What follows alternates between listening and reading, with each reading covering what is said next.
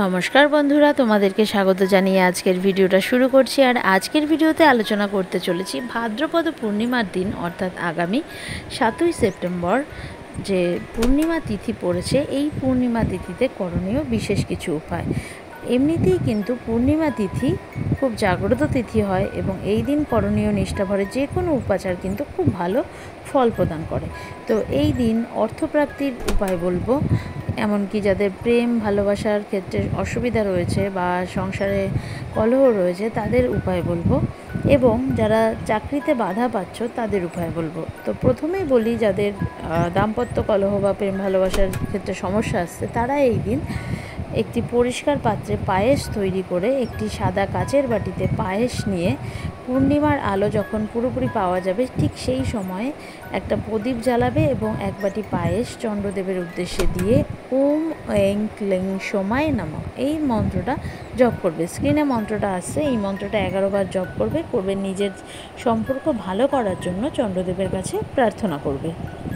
যাদের চাকরি প্রাপ্তিতে বাধা পাচ্ছ, অর্থাৎ দীর্ঘদিন চেষ্টা করেও চাকরি হচ্ছে না, তারা এই দিন একটি তেজপাতাতে নিজের চাকরির বাধা কাটিয়ে দেওয়ার জন্য চন্দ্রদেবের উদ্দেশ্যে লিখবে যে আমার চাকরি প্রাপ্তি যত বাধা রয়েছে সেটি কেটে যাক। এই লেখাটা সবুজ কালি দিয়ে একটি তেজপাতার উপরে লিখবে।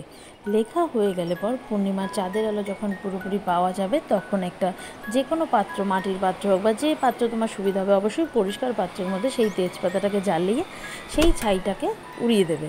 এভাবে কিন্তু চাকরির বাধা কাটবে।